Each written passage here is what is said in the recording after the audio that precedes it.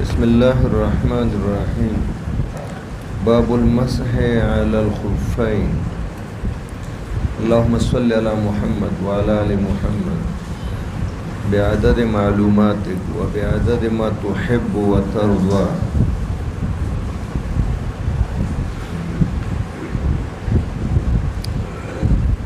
مسح على الخفين د علم فقه کتابونو کې بیا مشکات شریف کې ترمذی شریف ابو داود شریف طحاوی شریف د ټولو کتابونو کې دا عنوانات راځي. یو معنا د مسح امرار الید المبتل، یو معنا د خفین دا غتاسو من منیت المصلی و قدورین یادو. مشروعیت د مسح علی الخفین جدا مشروع دا نو مشروعیت دلائل د مشروعیت غواړي. دلائل د مشروعیت سدي دلائل د مشروعیت کتاب الله، سنت الرسول، اجماع امت. سلور اصول د شریعت دی نو درې اهم اصول باندې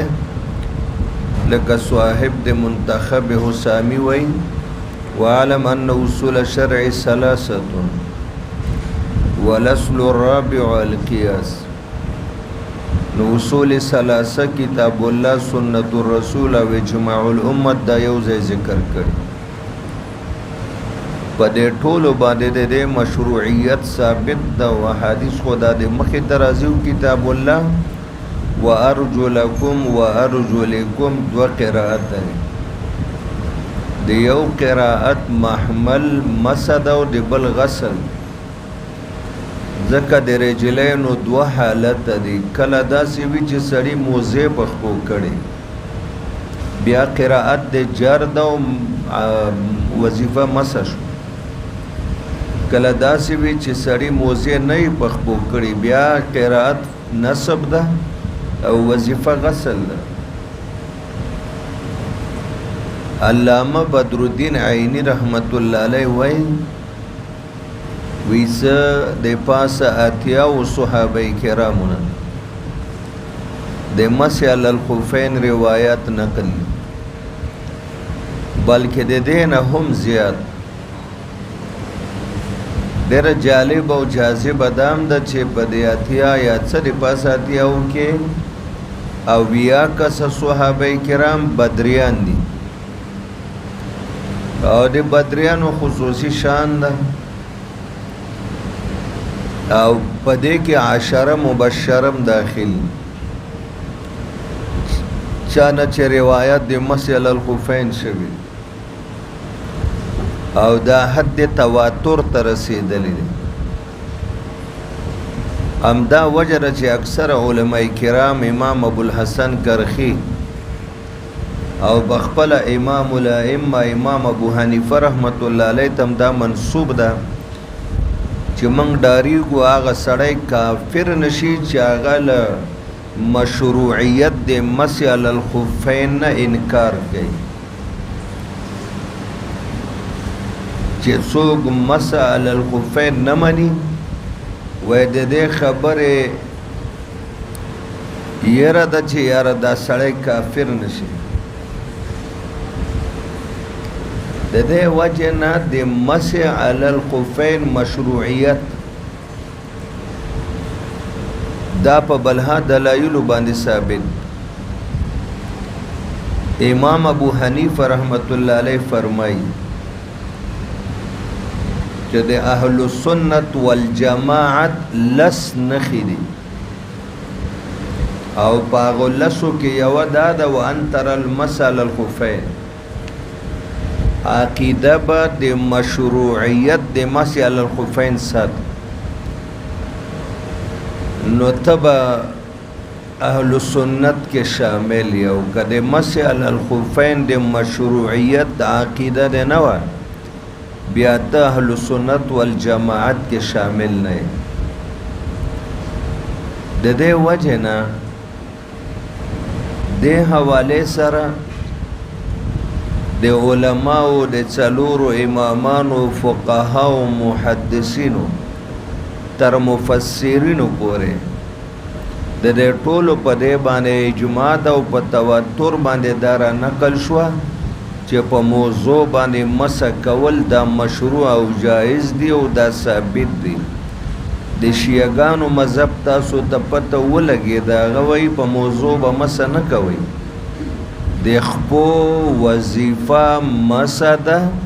که موزی وی مغوباسبا که اوبه وی هم غسل بنی مسح ومنګه د مسح علی الخفین چې په کم موزه کې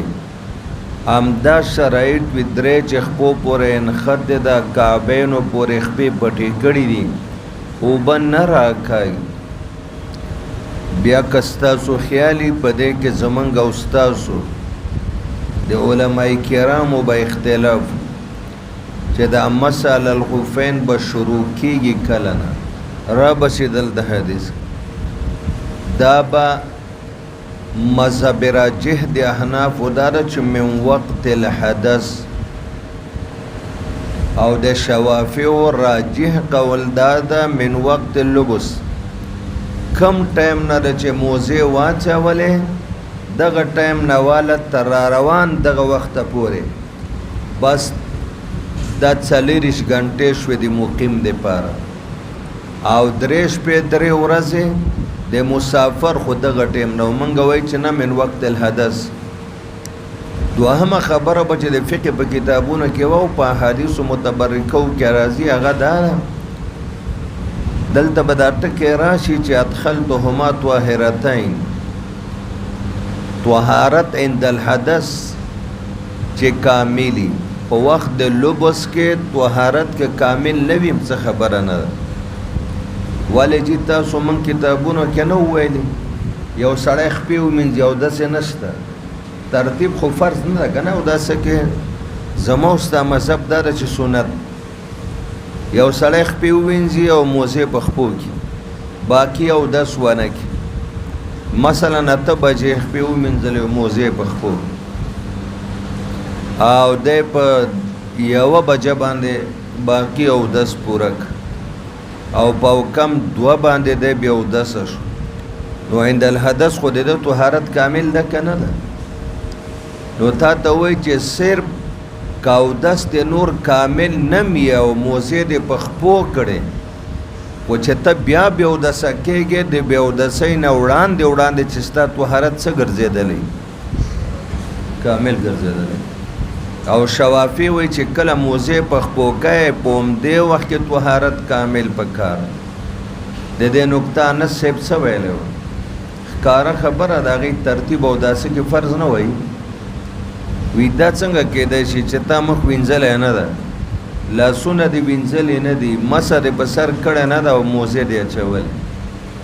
هغې ترتیب په اوداسه کې فرض وایي د دې وجه نه وایي چې کله د موزې په خپو کړي دي چې دې وخت کې د طهارت کاملې ګورئ او که نه نو مسح جایز نه ده چونکې موږ سنت وایو فرض نه وایو که یو سړی خلاف ترتیب اودس وکړي هم اودس یې وشو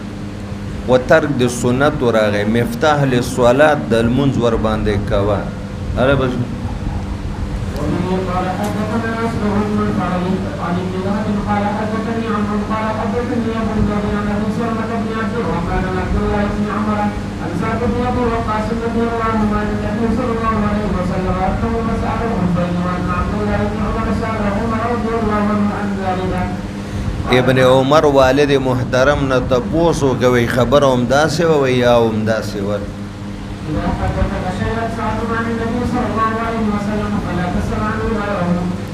اذا حدثك شيئا سعد عن النبي سبحان الله عمر فاروق خپل ولد توي شفیق عبد الله ابن عمر ته وی بچوړیا چې سعد ته یو خبره دی آقا مدنی نه معنا مرفوعا وکړه فلا تسأله غیره د بل نه بیا د خبرې تصدیق مغواړه رحمت الله څه مطلب شو د بل نه تصدیق مغواړه یعنی هغه خبره 100/100 رښتیا ده د هغه خبره کې شک مکوه بل نه تصدیق او تصویب مکوه مان خو دې اوس وکړه چې صاد رښتیا وایي و چې کلم د صاد د خلینه مرفوع روایت واوري چې رسول الله مبارک دا ویلی او دای کړی دی د دې تصدیق دی بل چا نه مغواړه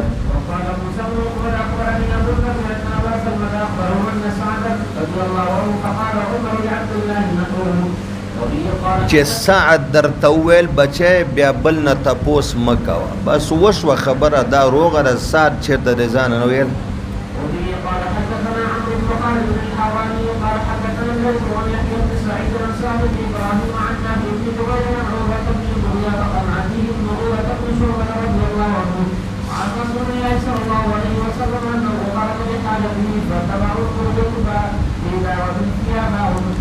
ټول نه راځي نیم دغه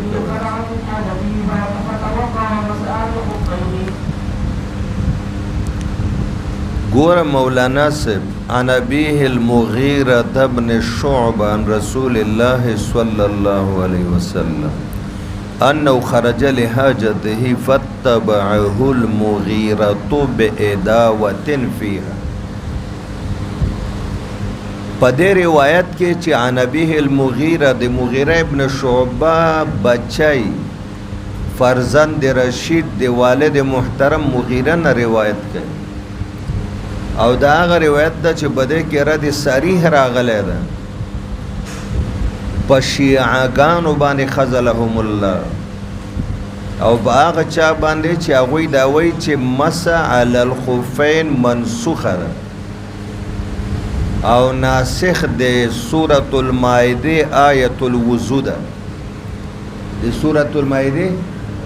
آیت الوضو د دې لپاره ناسخ ده په دې حدیث کې پاغوي باندې رد ده علامه ابن حجر اسقلانی وی تاسو د خلکو ته وګورئ سورة المائده او د هغه آیات په غزوة المریسیع کې نازل ده هغه د شپږمې هجری خبره ده او د پنځمې او دلته د مغیره ابن شعبه د روایت تعلق د نهمې هجری سره ده آخری کسانو ته زما خبره ورسېده آیت د سورۃ مائده په غزوة المریسیع کې و د هغې تعلق پنځمې یا شپږمې یا درېمې سره ده او دلته دا واقعه د مغیره چې بیانوي چې نبی علیه السلام په سفر کې د لارې یو سیټ ته لاړ او ما ورسره لوټه ویوړه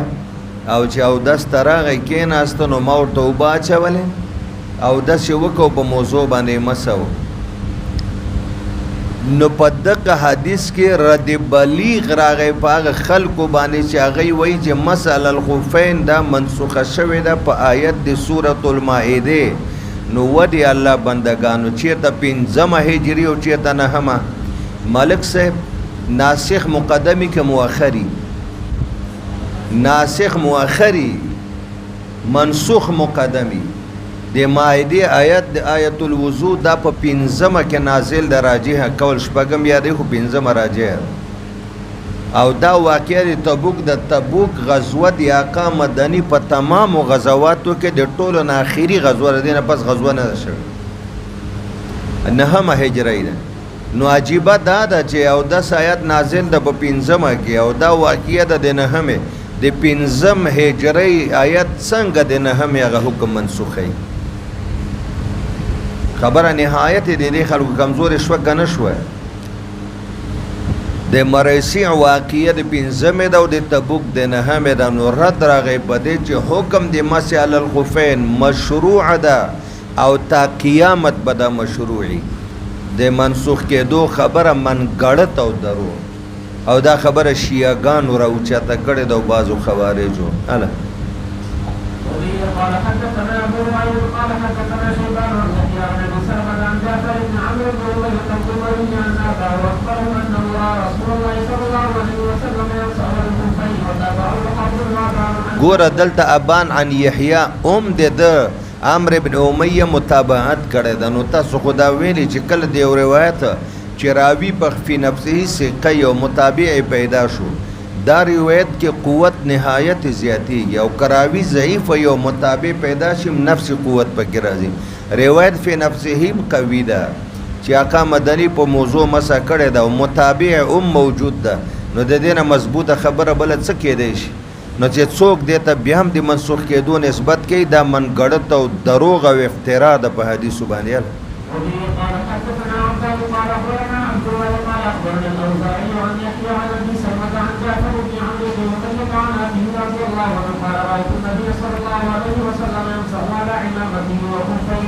وتابعوا معقل عن يحيى عن ابي سلمة عن عمرو بن عامر رضي الله عنه رايت النبي صلى الله عليه وسلم.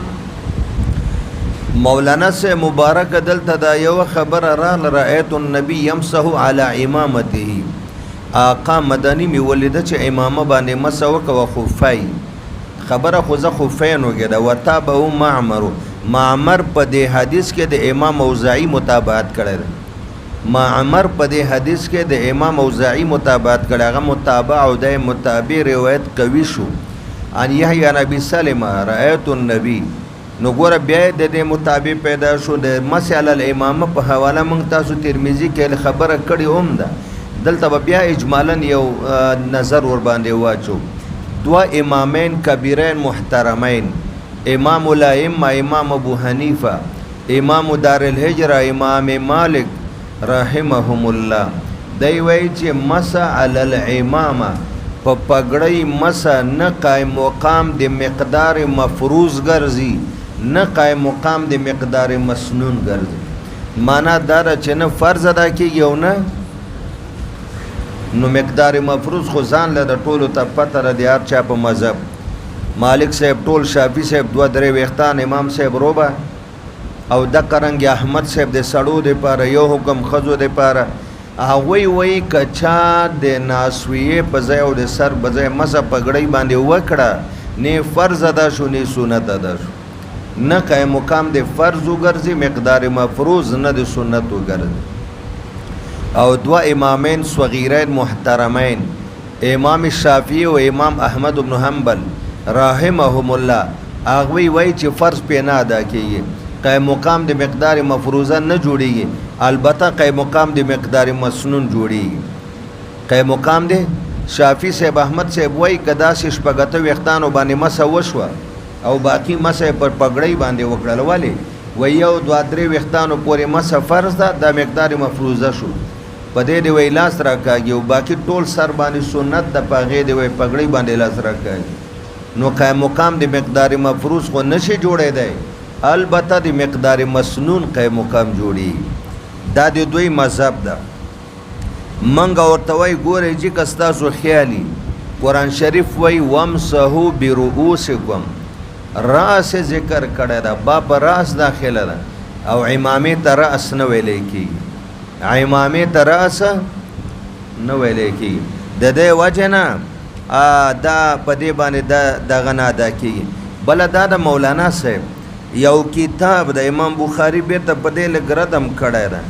په کتاب الاجوبه عن المسائل المستغربه. نو په دې عجیب او غریب او مسائلو کې چې د هغه جوابات امام بخاری رحمت الله علیه کړی دي په باب د مسائل الامامه کې 3 روایتونه مشهور رواني. مشهور په دې معنا نه چې مونږ وای دا خبره واحد او دا مشهور دا متواتر ده یعنی عام طور سره چې خلک دا ذکر کوي نو دغه 3 قسمه روایت راوړي. یو د حضرت بلال روایت راوړي یو د مغیره ابن شعبه راوړي او یو د حضرت ابو موسی راوړي. وې 3 واړه روایت معلول دي. سړي جی نو معلول خو تاسو ته پته ده معلول د علت نه د علت بیماری ته وای یعنی 3 واړو کې اسباب مخفیه د ضعف پراته دي اسباب نو فلهذا دا ټول په ټوله کې ضعیف دي. امام محمد او امام مالک رحمت الله علیه نه نقل کړی دی وای جابر بن عبد الله وای چې مسب په سر باندې کوي جزاکم الله او په امامه باندې به امام محمد د امام مالک رحمت الله علیه نه نقل کوي هغه وای جابر بن عبد الله نه مونږ ته دار رسیدل د په یو واسطه باندې چې مسب پګړی باندې کوي بلکې مسب په سر باندې کوي الله بس باب إذا دخل الاثنين وهما طاهرتان اذا اتقل رجليه وهما طاهرتان دا اوس مونږ یو خبره وکړه کنه جی دې کې اشاره ده د مذهب حنفي هغه دعوی ته مونږ وایي چې یو کس د ترتیب خلاف او دس وکي د ټولو نه اول خپې وویني او موزه په خپو کې باقی او دس پرې د موالات هم زما او ستا مذهب کې خو فرض نه ده کنه خو د مالک صاحب مذهب معنا پای در پای اعضا و اندامونه وینځل موالات خو زما او ستا مذهب کې نشته وای دا د پخپو کړلې اوس بته چې دوهم ځل وړه غټه تقاضې تزي او حالت الحدث راځي چې حالت الحدث نه وړاندې ستا د باقی او دس پوره شوی دا زما استاد مذهب فتوا دا او مفتابهی کول چې د ربی او دسې نه مخکې د او دس کامل شوی او کله بیا او دسې نه مخکې د او دس کامل نشو به ته موزیو بس به ته موزیو بس بیا بخپی وینځي افادیت لړ او امام شافعی رحمت الله علیه فرمایي چې په وخت د کولو کې د او دس مرتب کامل نه کړي په دې باندې مسنه کی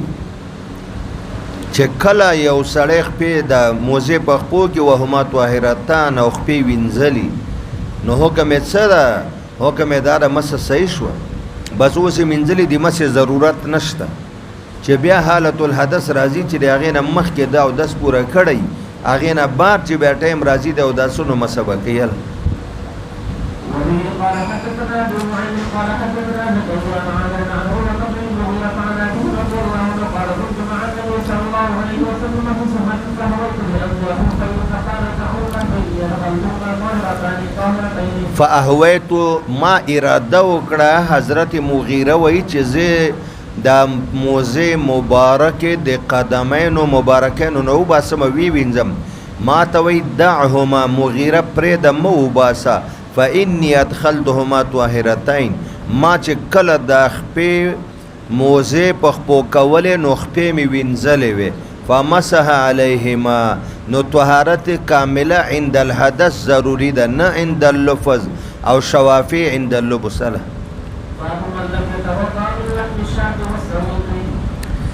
صدر اول کې د صحابه کرامو په زمانه کې اختلاف او هغه کې دا مسله اختلافي را روانه و چې په عقل د ما مست النار باندې او دس ماتيږي کنه واجبېږي کنه کله چې او دس وی د غوخه او خوري یا کم شي چې بور بخښوي ده آیا او دس مات شو او دس ور باندې واجبېږي کنه نو بده کې ګوره مولانا سے مبارک ہے په صدر اسلام کې اول دا حکم فتوزعوا بما مست النار او دلته په دې ترجمه الباب کې لحم الشات راوړ او دویم ټکه سوي کراوړ ولی یوازې د ګډ په غوخه باندې بداو دس واجبېږي او ماتېږي چې د ګډ غوخه په خښو ولې خوړاو دس به واجبېږي نو ته به دا ووایې چې دا د شات ذکر ځکه کړی ده چې د عربو په سرزمین باندې دا ډېر مروج په دې معنی چې عربانو به 3000 2000 1500 800 ګډان ساتلي او صحراګانې دي دشتې دي هغې کې مزرعه ورته وایي او یو دوه میلمانه به راله ګډ به حلال کړو نو مروج ګډو ورنه هر قسم غوښې حکم همدا ده د میخې اوښ غوښه د چیلي غوښه د چرګې غوښه د بینډیو د ټینډیو د کدو د کریلې هر شی چې به ور پوښ شي خو دا ذکر د شات د کثرت الرواج د وجې نه ده او دویم سویقه نو چې په کلی کې به ګډان به حلالول او چې په سفر کې و نو زیات مروج خوراک ستوانو دا د دواړو ذکر د رواج د وجې نه ده ښه نو دلته مسله د وضو بما مست النار بیانول مقصود چې غوښه دې وخوړه او ستوان دې وخوړه نو دا خو په اور باندې بخښ شوي دی آیا او دس واجب نو په صدر اسلام کې وی چې او واجب خو دا حکم بیا منسوخ شو او موږ د دې حدیث چې فتوزعوا بما مست النار یو درې مشهوره جوابات محدثینو کړي هغه ته به تاسو لږ غوندې وګورئ ځکه مقصود به ذات مسله د مامست النار بیانول. اول جواب دا کړی ده چې دا حکم په ابتدا د اسلام کې و بعد کې منسوخ شو او دلیل په نسخه د ابو داود شریف روایت. ابو داود کې جابر رضی الله عنه فرمای کان آخر الامرین من رسول الله ترک الوضوء بما مست النار و بما غیرت النار. دوه ټکي راځي. قال آخر الامرین کان آخر الامرین من رسول الله، آخری امر په دوو امرینو کې یو توضؤ یو ترک الوضوء دو شو کنه. آخری امر د نبی پاک ترک الوضوء بما مست النار او بما غیرت النار. د ابو داود روایت دا ناسخ د ابو هريره د روایت دی. دویم جواب دره چې دا حکم وجوبي نه و چې چا به غوښه وخوړه چا به بل څه بور پخ شوی به وخوړل نو دا حکم وجوبي نه و چې فتوضؤ بما مست النار. امر خو یوازې وجوب د پاره نه د استحباب د پاره مرضی. دا حکم استحبابي و چې یاره مستحب خبره داره چې سړی باید اودس وکړي ځکه پته نه لګي دا وریو سره کوم ځای وینې شوی را وینې شوی څه کیسه نه. احتیاط تقاضا ده. او ګورئ جی منګ سره دلیل دی د خبره چې دا حکم استحبابي ده وجوبي نه. دغه څه ده شیخ صاحب؟ هغه داره چې آقا مدني نه وضو او دس بما مست النار او ترک الوضو دواړه ثابت او دسم ثابت ده او ترک الوضو هم. او احسان الله صاحب وایي چې کوم ځای کې دواړه ثابت دي دا علامه او اماره د استحباب شو. یو شی به واجب هغه پیغمبر پریدي بیا خلفای راشدین پریدي او دلته وضو ترک الوضو دواړه ثابت دي دا اماره او علامه د استحباب نه وضو. او دریم نمبر جواب دا ده چې وضو ذکر ده او دس دوه قسمه ده. یو شرعي ده چارندام لکه سړی مانځه ته کوي هغه حدود محدوده وینځي او یو لغوي او دس درې ورې لاسونه مړوندونو پورې وینځل او مزمزه کول چې څه پوټي موټي د غاښونو ورې سره نښدي چې هغه لري. وی دې فتوضؤ بما مست النار نه عرفي او دس مراد. لغوي او دس لکه موږ تاسو ډوډۍ نه مخکې وروستو د لاسونه وینځو بیا چې غوښه یا غوړم څه خوړل یو خولې ته اوبه اچو. او څلورم یو جواب دا هم ده چې زمونږ ډېرو علماء کرامو دا فرمایلی دي. جزاکم الله. دا خوی وي دا سوال ته ما باندې هوا ښه نه ده. دا علماو فرمایلی دي چې دا حکم د خواصو دپاره ده. چا دپاره دی؟ چې کوم ارباب طریقت دي اصحاب شریعت دي علما دي طلبا دي فضلا دي صلحا دي چې هغه 24 غنټې لګیا دي هغه خوب هم د عبادت بنیت او درس او تدریس او تعلیم او تربیت په ډېرو کارونو کې د دې مشابهت د فرشتو سره. لا یعصون الله ما امرهم. دویم نه او فرشتي چون کې خوراک اوسکا کو نه کوي چې کله دا علما طلبا صلحا اولیاء خوراک اوسکا کوي نو د دې مشابهت د فرشتو سره نیمګړی شي نو بیا د شریعت حکم کوي چې بیرته اودس وکړي چې ستاسو مشابهت د دې فرشتو سره چې کوم مخکې څه ناڅو چې هغه بیرته برقرار شي. عوامو دپاره دا حکم نه ده خواصو د امت دپاره دا حکم پر ټولو باندې پوه شو د خیره ورځه.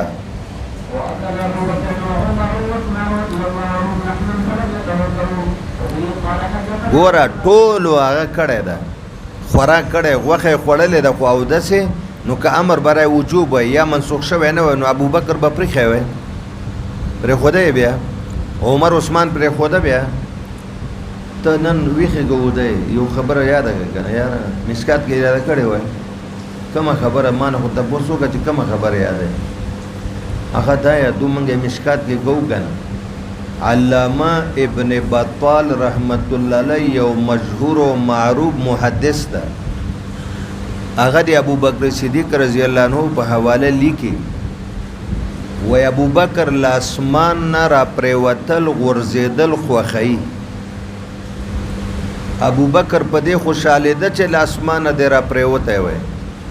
خو د پیغمبر په سنت باندې عمل پرېښودل نه خوښوي. نو چې سنت نه پرې دی واجب پرې دی بیا نو چې فتوزع او حکم برای وجوب وای نو ابو بکر به پرې وای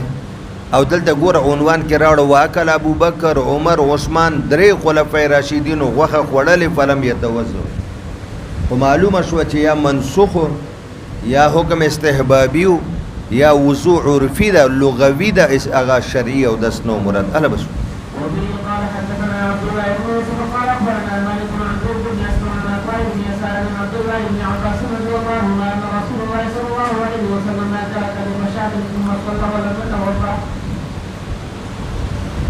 سعید کنه د وګي د لاس غوخه یو خوړ او بیا مونږ وکاو داسې ونه کړ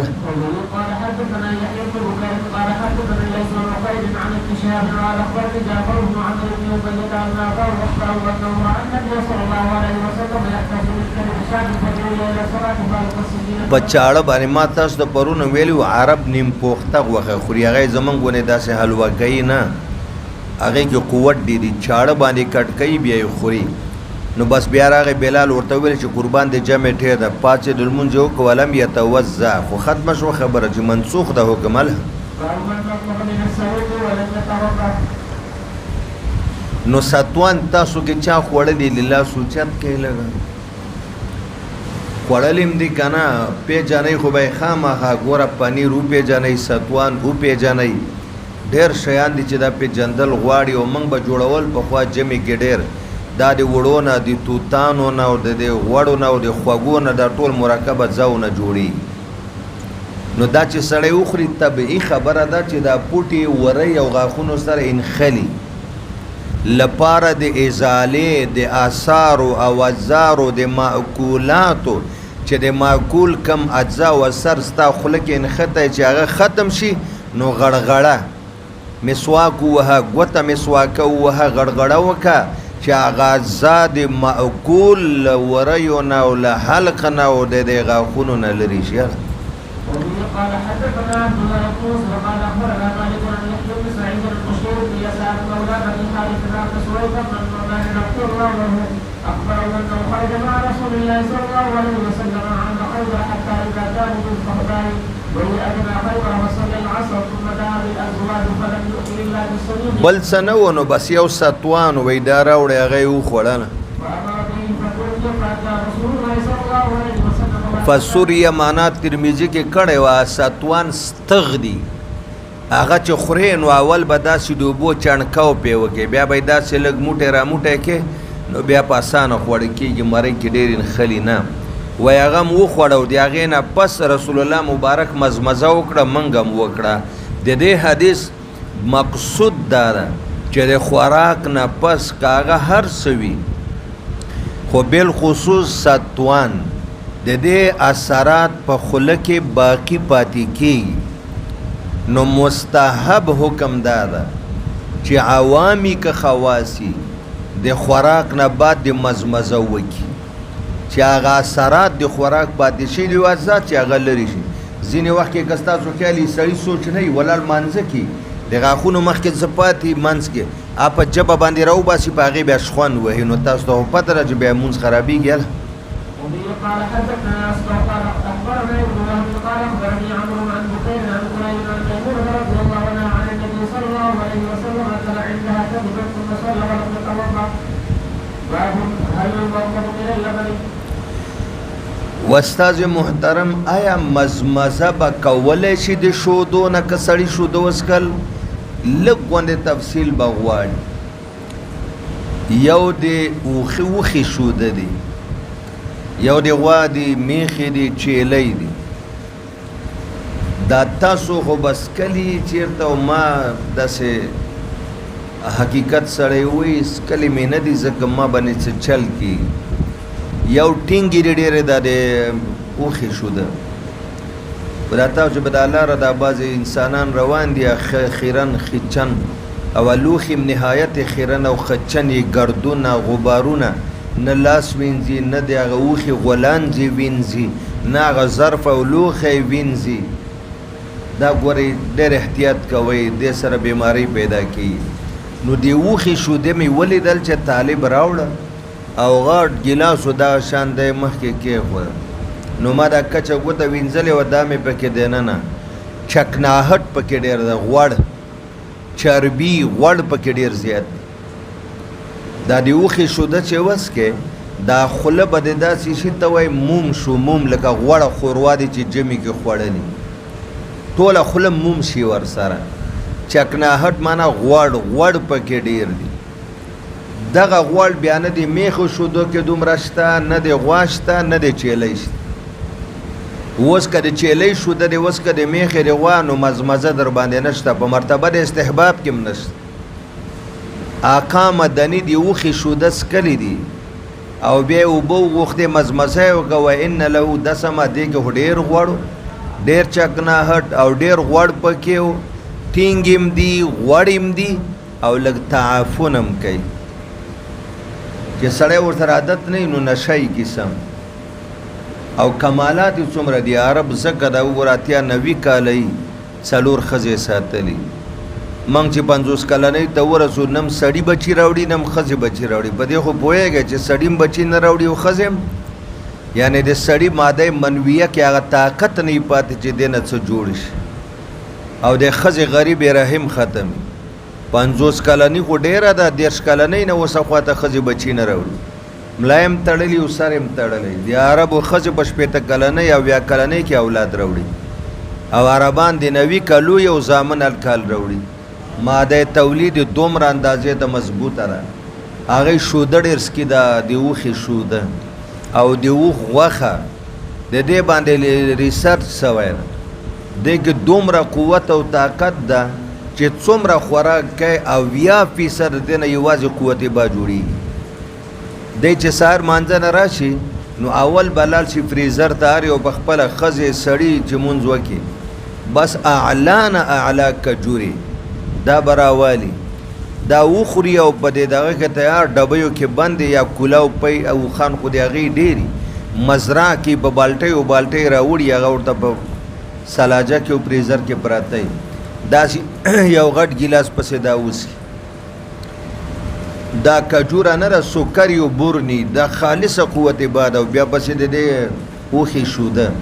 او بیا غرمه د اوښې غوښه سبحان الله ګوره د ګډ غوښه هلته 15 روپۍ کیلو ده او د اوښ غوښه به 10 ریاله ده انکې قوت طاقت ډېر ده نو موږ ګورې خلک دا تر څو چې عادت کېږي ډېر وخت غواړي ښه نو د اوښې شوده چې وڅکلې غړغړه وکړه مستحبه ده او باقي کې نه ده وبه قال حدثنا يحيى بن بكير بن قتيبة قال حدثنا الاسود قال عن ابن شهاب بن عبيد الله بن عبد الله بن رجبة عن ابن عباس رضي الله عنه ان رسول الله صلى الله عليه وسلم شرب لبنا فضمد قال ان له دسما تابعه دې کې غوړ دي غوړ اله وصالح بن قيسان عن الزهري باب الوضوء من النوم ومن لم ير من النعاسة باب دا په بیان دی او داسه کې چې واجبېږي د نوم نه او نه واجبېږي د نعسې او نعستینو نه او خفقه او خفقتینو نه مولانا صاحب مبارکه امام بخاری رحمت الله علیه په دې ترجمه الباب کې 2 مسلو ته اشاره کړه ورته وګورئ اوله مسله په خوب او دس واجبي او دس دی وده شوې چې را پاتې دی او دس در باندې واجب ده خوب بشرطن امام بخاری وی بشرطن هغه شرط دا ده چې دا خوب غالب علی العقلی او ستا عقل مغلوب کړي عقل کله مغلوب کیږي چې غرق خوبي کلک او مضبوط خوبي چې سر ته ډمامې او بار دماکي او ته خبرېږي نه وی چې غالب علی العقل وی نو دا موجب دی او دا څه ده چې غالب علی العقل نه موجب نه ده پاتې شوه دا دویمه خبره چې دلته کړې ده ناسه او ناستین سره وضو او دس واجب نه ګرځي او دا بله خبره کړې خفقه خفقتینو سره واجب نه ګرځي معنا دا ده چې کم خوب غالب علی العقل نه او عقل ورسره مغلوب نه ګرځېدلی کاغه نعاس او که خفقی دې سره او دسه نعاس مولوي صاحب ګورئ نعاس دې ته وایي چې دا سترګې یو ځل پټې شي داسې دوه ځله پټې شي درې ځلې پټې شي څلور خو دې سره خو عقل مغلوب نه وي او دا نعاس لا تأخذه سنة ولا نوم دا سنه او دا نعاس دا په عقل غالب نه وي خفقه ویلی کېږي جټکې ته یو ځل دوه ځله جټکه درته خوب درک او ته ناست په پرلت مقعد په ځمکه مضبوط لګېدلی ته ناست په اتحیات ته ناست په تورک ته په حالت القیام کې ته په حالت القعود کې ته په حالت السجود کې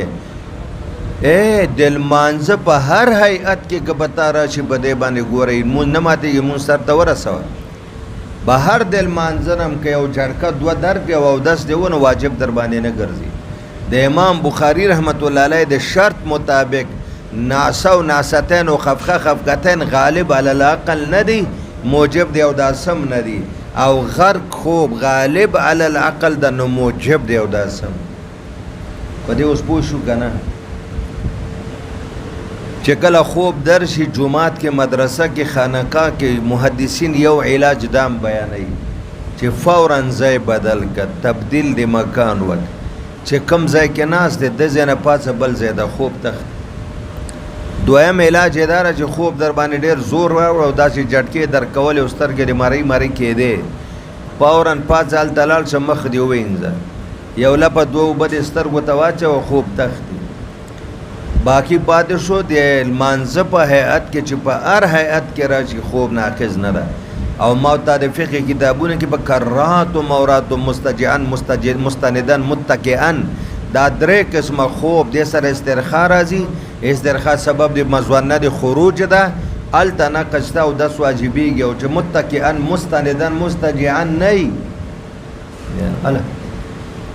قال حدثنا عبد الله بن يوسف قال اخبرنا مالك بن هشام عن ابي عن عائشه رضي الله عنها ان رسول الله صلى الله عليه وسلم قال اذا نعس احدكم وهو يصلي فليقم حتى يذهب عنه النوم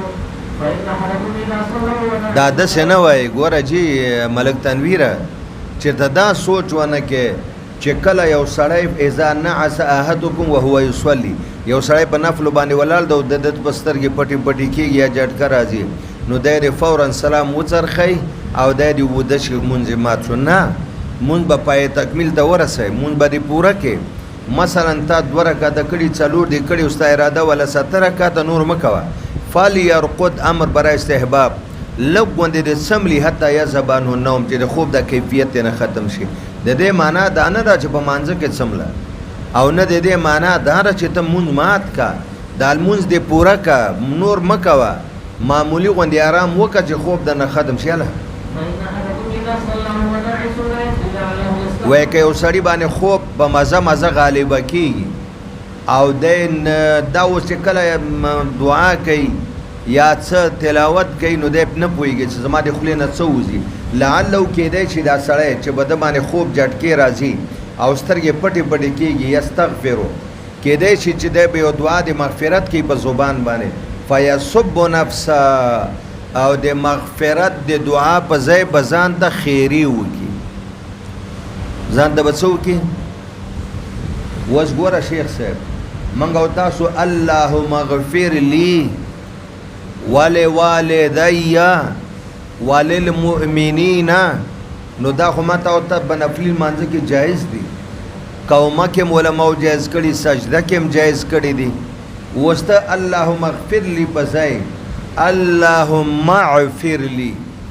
بس خوب در باندې راغلی سترګې دې پټې پټې کېږي جټکې در کوي پوهېږې نه چې زه څه وایم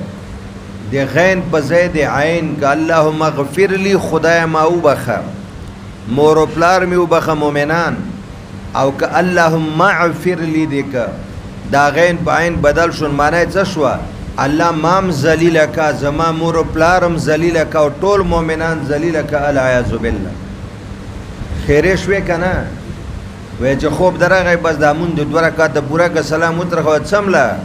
هسې نه چې ته به دعا غواړې ځان ته والدینو ته او بیا به خیرې شروع کړي اللهم اغفر لی خدای ما او زما مور و پلار او ټول مسلمانان ذلیله که او نیست او نابود که دا ډېره هله بل وبه قال حدثنا ابو معمر قال حدثنا عبد الوارث قال حدثنا ايوب عن ابي قلابه عن انس رضي الله عنه عن النبي صلى الله عليه وسلم قال اذا نعس في الصلاه فلينم حتى يعلم ما يقرا. او چې دته غو پته ولګي چې زه څه وایم زما د خلین د الفاظ او کلمات څنګه وځي خام نو بغیر د علاج ځای بدل کوي او بس در غوته واچوي الګ سر کېدی چې د خوب کیفیت ختم شي باقی نفلونه بیا وکړه. مولانا صاحب عنوان بدل دلته وی بلا بغیر د بیا ودسین او دس کول دلته عنوان دار او نور کتابونو کې باب الوضوء علی الوضوء دی او دس د پاس او دس دشتا عبادت مقصود دی ور باندې نه د کړه هیڅ تم نه دی کړی او ته چې بل ټیم نه منظر غ بیا او دس کوي نو زمونږ استاد مذهب خدا را کچې ته په یو داسه باندې عبادت مقصود شوی زبیا ټیک ده او دس د پاس بل او دس وکا او چې په یو او دس باندې عبادت مقصود ادا شوی نه یا دی یو مانځه کامل ټایم تیر شوی نه رحمت الله سحر دی او دس کړه سحر مانځه ته ماسپخین شو دیول مانځه ټایم تیر شو ماسپخین دی کړه مازیګر شو یا د منځ کې جنازه کړي و یا د منځ کې نوافل کړي و یا د تحیت المسجد او تحیت الوضو وغیرہ نو زوی او کدا یو شیم نه شوه مکوا تزیع العمر تزیع الماده اصحاب ظواهر او شیعاګان دی وای چې په مقیمینو باندې چې یو سړی مقیمی په کلی کور وطن کې پروت ده په د باندې وضو علی الوضو فرض کاودس وی هم بیا اودس شوی نم ده د هر مانځه د بار بده اودس کی خدا حکم دی مقیمینو د بار وای ام دغه شیعاګان او اصحاب ظواهر دی بیا وای چې دا حکم د مسافرو د بار نه ده مسافر په یو اودس ک پینځه منځونه کوي کشپک کوي کلس کوي کولای شي او څلور واړه امامان وای چې نه چې تر سو پورې بیا اودس شوی نه ک مقیمه کې مسافر د هر منظر بار اودس واجب نه وضو علی الوضو مستحب ده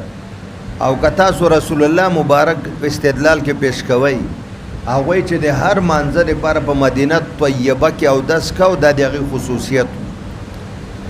لکه څنګه چې په فتح د مکه کې دوه کار او څو کار وکړ یوه پنځل منځونه په یو اوداسو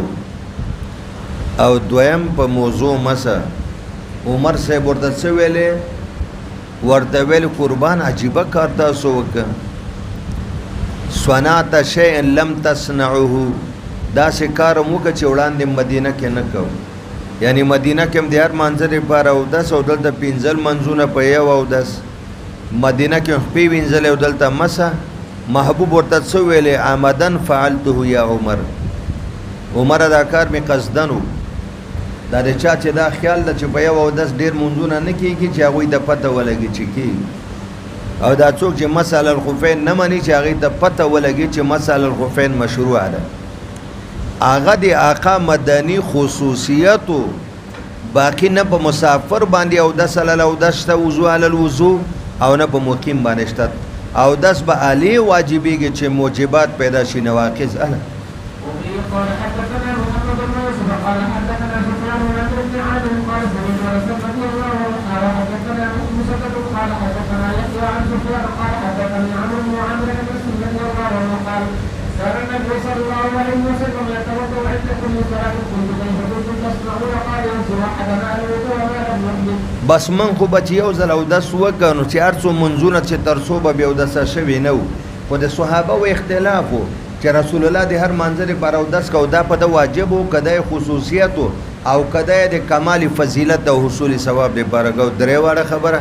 دا یو خبره کمزور ده وجوب په ابتدا کې بیا منسوخ شوی ده ام د نبی پاک ام د امت نه یا خصوصیت یا د حصول فضیلت لپاره قال حدثنا خالد بن مخلد قال حدثنا سليمان قال حدثني يحيى بن سعيد قال اخبرني بشير بن يسار قال اخبرني سويد بن نعمان رضي الله عنه قال قلنا مع رسول الله صلى الله عليه وسلم عام خيبر حتى اذا كنا بالصحباء صلينا رسول الله صلى الله عليه وسلم العصر فلما صلى عجل قيمتي فلم يقم الا بالسنه فكلا وشربنا دا دلته كنا بالصحبه دا د یو مقام نامه ده و چې تا هغه ځای ته په دې شارع عام باندې ځې نو هلته بورډ تاو شوی ده هغه بورډونه داسې نه دي لکه د دې ځای سم چمک دمک کوي شارع الصحبه هغه کراس یې ورکړی شارع الصحبه صحبه ته چې دا لاره تاوه شوې نو دا د علاقو نومونه دي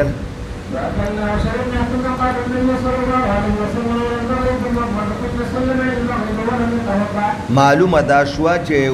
اودس د هر منځه لپاره واجب نه ده په کبیره ګناهونو کې یوه ګناه دا ده الله یستتر من بوله امام بخاری چې دا باب راوړه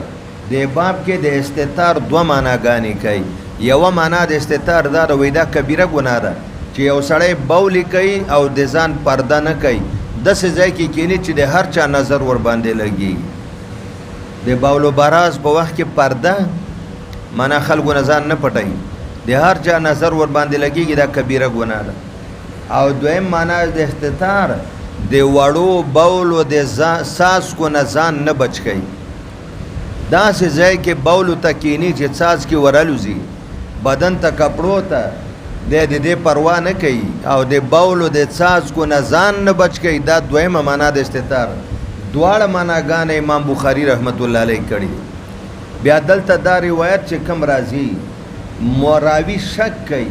چې رسول الله مبارک تیر شو په یو باغ باندې حیتان المدینه یا د مکې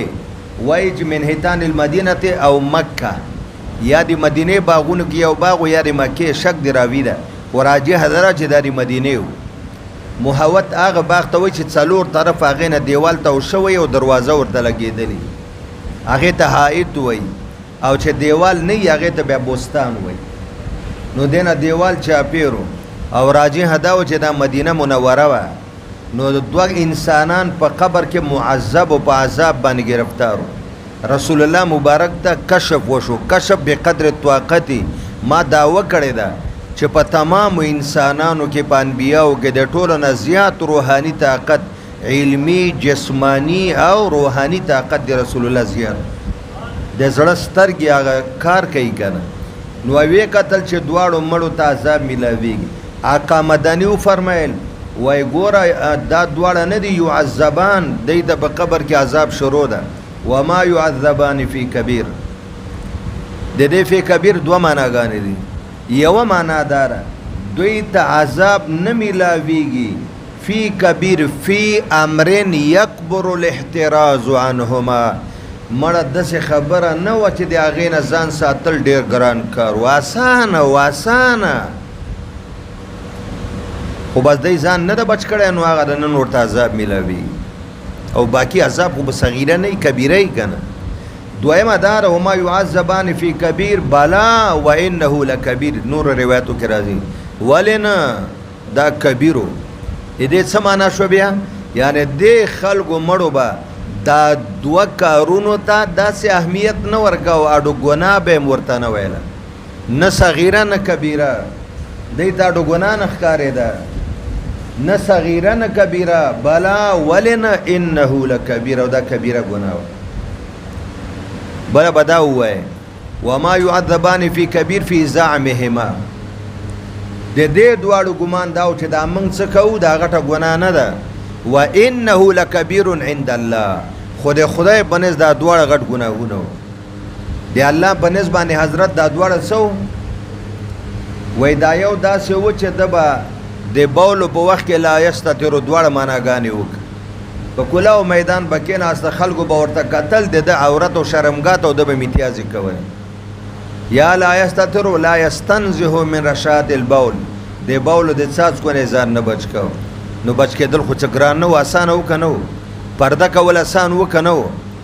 لیکن دی ته دا معمولی خبره ښکارېده خو د خدای بنې څه وه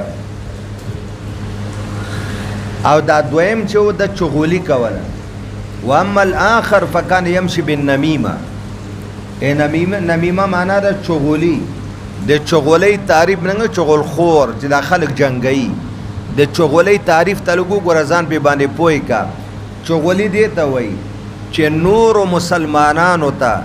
د ضرر او د نقصان رسولو په غرض او په نیت باندې او د هغې د بدخواهۍ په نیت باندې ته بادشاه ته بدماش ته بتخور ته د کچې ډاکوانو ته چاته خبره ورسوي ورته وایي چې پلانکی نه ده کروڑونه لري مړه رایه ولته زنځیرونو کې وتړی کچې ډاکوان بل څه کار کوي یو غریب او فقیر او دیاړي مار به بوځي زنځیرونو کې به یې وتړي او شپېلۍ به یې پېښي وهي به ډبۍ وه چغې چې دومره لکه راولې اوس دا کار چې څوک کوي چې ستا سیډي شی ته هغه حکومت وقت ته کوي حکومت وقت جابري او یا بدماش ته کوي یا بتخور ته کوي یا چې انساني سمګلینګ کوي دوی ته کوي چې دغه ټیم کې بچیان د کوره وځي سکول ته ځي کتې تختایي یا دا د خیرخواهۍ په نیت کوي که د بدخواهۍ ضرر رسول دي که نه دي نو چې د ضرر رسولو په نیت د بدخواهۍ په نیت باندې یو ظالم او جابر او بتخور ته او قاتل ته او بدماش ته د یو مسلمان اطلاع وروړي دې ته چغولي وي او که چېرته د خیرخواهۍ په نیت باندې وي هغه بیا ثواب لکه تا ته پته ولګېده چې د فلانکي په کور به بس ډاکوان راځي بدماشان به راځي بتخور به راځي او دی نه به مثلا ډاکه به پیاچي زوی به یې تښتوي دی به تښتوي ته خبر شوی ډز به پې کوي ورشي ورته یې ووروره ځان ساته بچي دې ساته د ځان او د بچو د مال خیر دې غواړه ما اورېدلي دي چې ستا په خلاف ته سازش روان ده نو چونکې دا د خیرخواهۍ په جذبه باندې ده دا بیا ګناه نه لري خو چې د ضرر په نیت باندې وي د بدخواهۍ په نیت باندې وي زورور ته وي جابر ته وي ظالم ته وي بدماش ته وي بتخور ته وي ډاکو ته وي د انسانان چې اغوا کوي دوی ته وي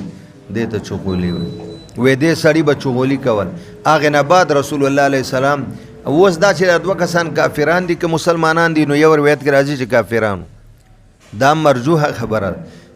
دویم کې دا چې دا مسلمانان بیا رسول الله مبارک دې کجور یو چوکره ماته کړه دوه ځای کړه نیمه په یو قبر چوخ کړه نیم په دې بل باندې نو چا ورته صاحب دا کارم ولې وکړی بس تر څو چې دا اوچېږي نو لاندې به په دې باندې عذاب کې لږ تخفیف راشي لاندې به عذاب کې تخفیف وي ځکه راشنه بوټي دی الله حمد او ثنا وایي جزاکم الله اوس موږ او تاسو دپاره د دې اجازه شته ګورئ جي تاسو ته پته ده شین بوټی چې په قبر باندې ولاړي مړي ته ډېره فایده وي د زیتون بوټی چمن شین بوټی ریحان کشمالی ګلاب وغیر مړي ته فایده رسي ابن بطوال وی دا بل چاته اجازت نشته لیکن جمهور علماء ویلی اولیاء صلحاء ارباب شریعت اصحاب طریقت د بزرګانو په لاس که چېرته یو شین بوټی او یو چوکش نه یا یو ګل وغیره کېښودی شي زمونږ دا یقین ده انشاءالله چې د مسلمان ګناهګار باندې چې کم تکلیف وي په هغې کې به تخفیف راځي اکثره د قبرونو منځ باندې شنه بوټي ایښي که نه دي ایښي وایه بچ وبه قال حدثنا عثمان قال حدثنا زيد بن منصور مجاهد عن ابن عباس رضي الله عنه قال مر النبي صلى الله عليه وسلم بحائط من حبال المدينه يوم مكه وسمع صوت انسان يعذبان في القلوب د چغو اواز یې واورېدل وقال النبي صلى الله عليه وسلم يعذبان هما یعذبان دې دواړو ته عذاب شروع ده لاندې ثم قال فلا كان احد ما لا يستتر من بوله بلا ولې نه خبره ډېره د خدای په نزد درانه وه خو دې خلکو ته څه اهمیت نه ورکوله دا بل چغولي کوله د ضرر او د فساد او بدخواهۍ په نیت باید یو خبره بل ته وړه دا اوس ګوره دا کلي کې دا خلک یو بل چې جنګوي و همدا چغول خوارې وي که نه دا نماماني یو ته ورشي هلکه تا سره تلخ کلامي شوی د ځانه خبر نه هغه درپسې ټوپک ګرځوي وژنې دی یوه غریب به دې نه خبر هم نه وي بیا به هغه هم ټوپک راوالي بیا به بل ته ورشي هلکه تا خو ګوره دا خبره معمولي وګڼله او هغې شپږ کسان ما ولیدل ماشینو سره تا پسې ګرځي نو غریبانان وخت په شر باندې واړي هله یو کچه چوکه و هغه یې ماته کړه او په هر قبر یې یوه توکړه داسې چوخ کړه هله